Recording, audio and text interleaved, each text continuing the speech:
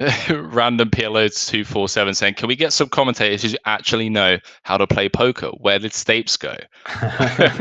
And it I is see what you still did there. Chat Pro Saturdays. Thank I you for see. your comment. Oh, that's Oh, good. that's brilliant.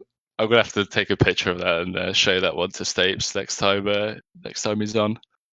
I got a 4-bet on the very first hand here All right, between Marle. Marle and Daniel. I see you.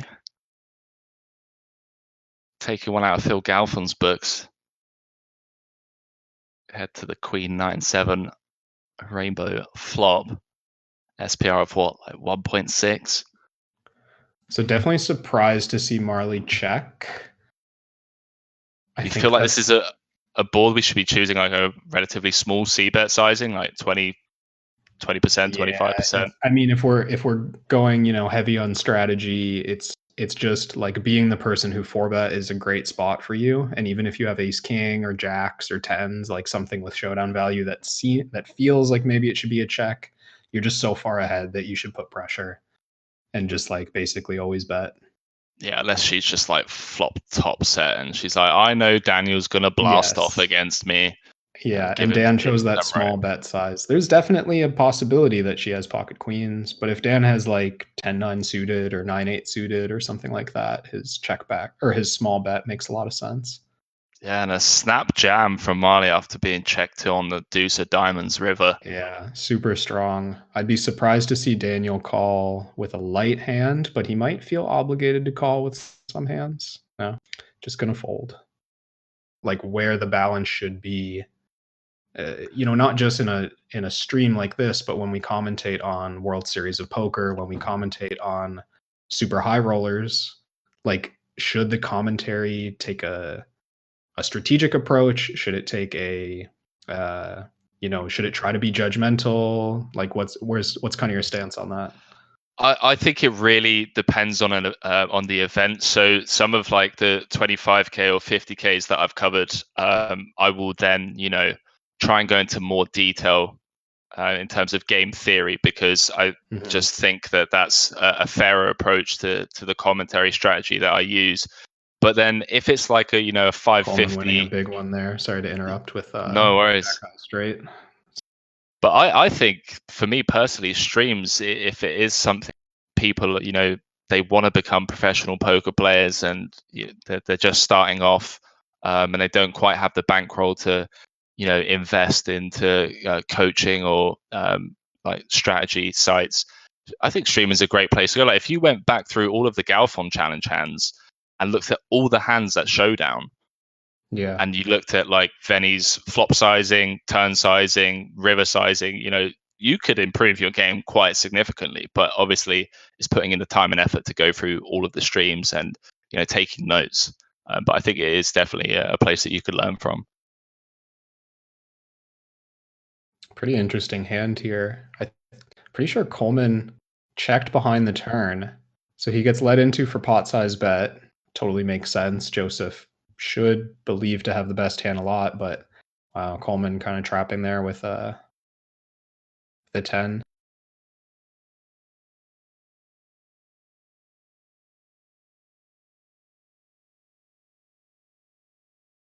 I was inspired somewhat. I'm curious what you think about this. So I think it was Luke Greenwood who said he was to get over his big loss today. He was going to make himself a grilled cheese with salami and jalapeno. Nice. Yeah, I heard the grilled cheese conversation. I didn't realize it was his comfort food after a humbling loss in the first round, I imagine. Yeah. Do you have comfort food? I do. I wouldn't say that it's always the same thing. I mean, definitely a comfort drinker. I enjoy a good, beer to get over a losing session, but I'm a really big fan of like a good Reuben sandwich, or like the sandwich you just described made me crave like a pastrami Reuben. Oh, that sounds so good. Honestly, if I could have added a little bit of corned beef to that, Yeah. melt the cheese with maybe a little bit of like sauerkraut. Wow. Marley with a big win there and talking shit in the chat too. That's good. Is she? Oh, nice. Just call. Nut straight for Marle there. It was a 4-card straight, and she had 8-7 for the Wow, 6-card that's straight. strong. Marle putting on a good show today. Yeah, I was enjoying the trash talk between you and Daniel in the chat as Yeah, well. That was I fun. really wish that went in my favor, but as I've learned, like I don't talk a lot of trash in general, but the few times that I've chosen to engage in it, I just embarrass myself and lose. Well, if you and I ever face off in a heads-up match, please feel free to talk as much as you'd like. It'll probably work out pretty well for you. So, A few people recommending good Rubens in the chat here. Chicago Diner, I'm not familiar with, I don't think. Fallow, I may have to figure it out. I may have to figure out a way to get myself a Reuben right now. a not duck this pastrami moment. Reuben sounds amazing. Duck? Oh, Dvoress. Check raising all in here on the turn. He's out. Yeah, he had a straight draw and a flush draw. He had 7-8 of hearts Wow. on the king 10-9 deuce heart turn, I believe. So straight draw, flush draw, missed everything. Marle Cordeiro's aces hold up, and she advances to the final four. Cut down the nets. You're in the final four, Marle Cordeiro.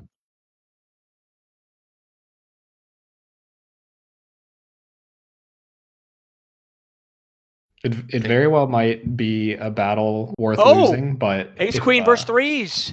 Oh, we're at the all-in stage. Lots of outs, but not that one. And the threes are going to win it. Coleman Whitsitt out. Joseph Bradish moves on. Man, the board even paired there. Coleman had a ton of outs there. GG. So Joseph and Marle through to the semifinals. That's right. So Thomas Knowles, Bob Vance, Bradley Dudeck, and Brandon Young battling here. So it's direct to Dublin. That's a 6-hour flight, and then I have like a 9-hour layover in Dublin Airport. But I've got my laptop, and I can obviously play online. So as soon as I get to Dublin, I like 5 in the morning, 6 in the morning, just go straight through security and find somewhere to just sit away from people and fire up my laptop. And then like an hour-long flight to London. It'll be empty. It will just be empty. I would imagine the flights will be empty as well, right? I would imagine. Do you even need to buy a seat next to you to make sure that nobody's next to you? I don't think so. Because the prices for buying seats when I did change my ticket have they're honestly like 5% of what they would usually be. We've got this match. Then we got the final four. So we have basically these two matches, then 2 more matches, and then the finals. And then we will put a bow on this baby, call it a night. But of course, the real hype is for tomorrow. We'll be here a little bit before 11 a.m. Eastern time for a pre-show. Joey Ingram, Joe Stapleton, myself, we'll be here tomorrow. Make sure you are here as well. Bradley Dudeck is gone. Brandon Young. You know what? I feel better losing to the guy who's going to eventually win this thing, at least. That's a really good point. Yeah, at least you can say, listen, I lost to the winner of the overall riding the momentum. tournament. Yeah, he is now in the final four. Go, Brandon Young. Thought I was saying someone save Tuck. And this is saying throw Tuck a life jacket. My bad, man. My bad. Yeah, I apologize. Save me for myself. Yeah, so good. I might have to have a word with the pilot tomorrow, and just see if we could put the flight on hold until the challenge is over. It looks like I'm seeing YOLO. Let's go. Bob Vance. I don't think they're not at 1 minute though. I believe they are. The clock ran down. I believe that's the break clock that might have accidentally been introduced to the stream. That makes more sense. Queen 3 here versus Queen 4. Queen 3 wins it, and that's it. Bob Vance moves on. Thomas Knowles out. I got very confused. I'm looking at my clock, and I'm seeing 4 minutes and 20 seconds, and I guess I haven't been updated. Yeah, so Thomas having Bob outkicked. Obviously, Bob flopping 2 pair. So semi-finals time, Tug.